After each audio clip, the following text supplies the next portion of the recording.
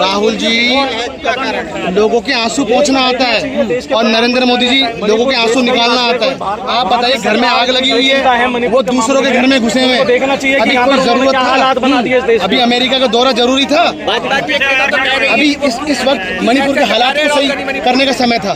जो प्रधानमंत्री जी पिछले 2 महीने से मौन बैठे हैं मणिपुर के मामले में, उनको ये देखना चाहिए और सरकार को ये देखना चाहिए कि मणिपुर के लोगों की क्या पीड़ा है, वहाँ का क्या दुख दर्द है। आज लोग बाग वहाँ के सड़कों पर उतर रहे हैं, सड़कों पे बेघर हो चुके हैं, कितनी मौतें हो चुकी है मणिपुर में। घर में आग, अभी तक आग चल रही है, घर कितने टूट गए, हजारों लोग घर से बेघर हो गए। 9 साल बुरा हाल, 9 साल बेहाल, और आखिरकार ये जनता जाग चुकी है। अपनी वोट की चोट से नरेंद्र मोदी जी की सरकार को उखाड़ फेंकने का काम कर रही है। चुप बैठे हुए, आप बताइए, आज राहुल जी इस देश के सांसद के हालात हैं, उसको देखते हुए सड़कों पर हैं, की बात है, लोगों से मिल रहे हैं, एक भी बयान नहीं आया आज तक। राहत को जितने भी लोग जहाँ राहत सामग्री देने का काम कर रहे हैं, जनता से मिल रहे हैं।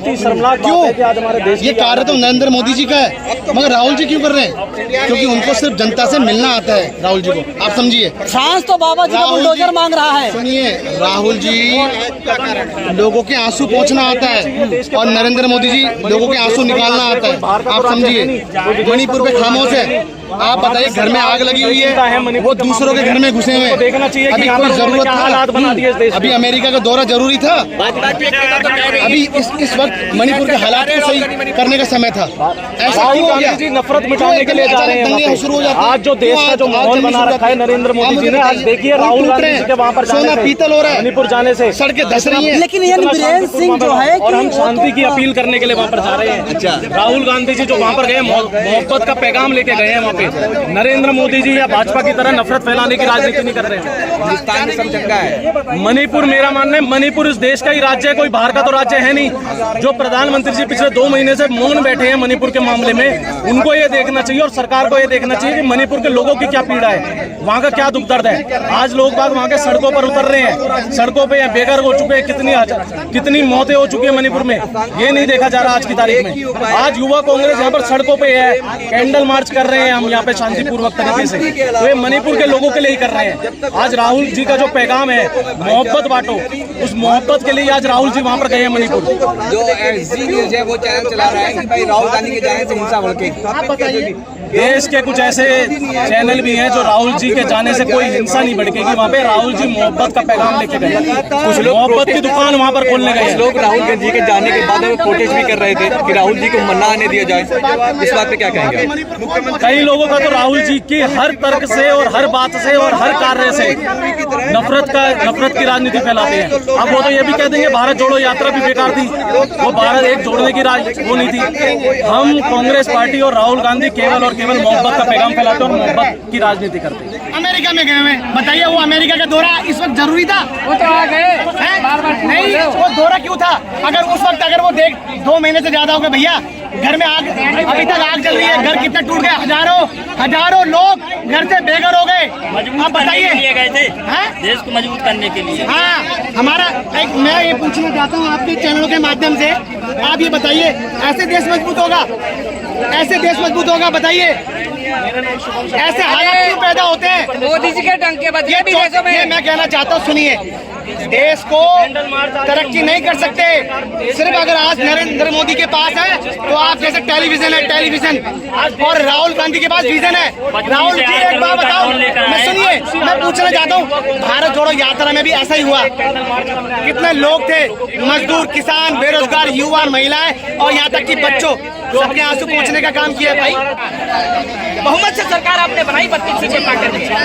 मुख्यमंत्री आपका है, मुख्यमंत्री मित्तई समुदाय से आते हैं। मित्तई समुदाय की 40 विधानसभा सीटें हैं। क्या मित्तई समुदाय के मुख्यमंत्री को, जिसकी 40 विधानसभा सीटें हैं, मणिपुर में शांति स्थापित करने के लिए उसको इस्तीफा नहीं देना चाहिए था?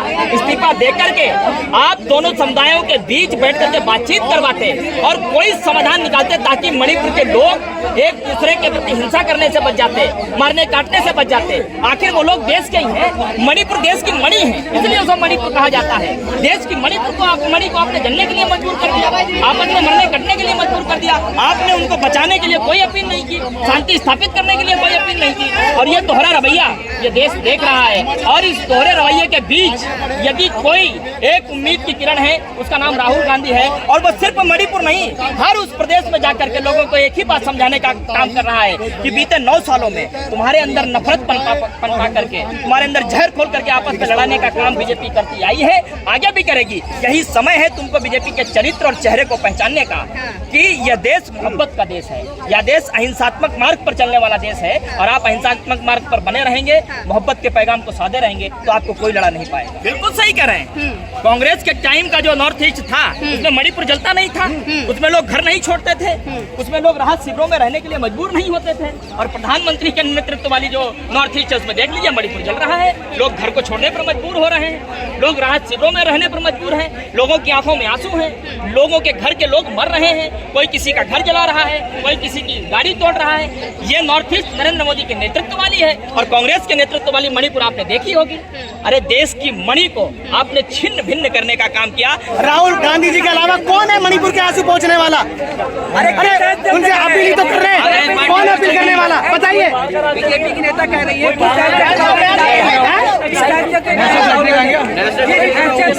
राहुल गांधी एक सुनिए, राहुल गांधी एक भारतीय हैसियत से गए हैं, इस देश के एक नागरिक की हैसियत से गए हैं। और इस देश के हर नागरिक को मणिपुर में जाने का अधिकार है, जनता के आंसू पहुंचने का अधिकार है।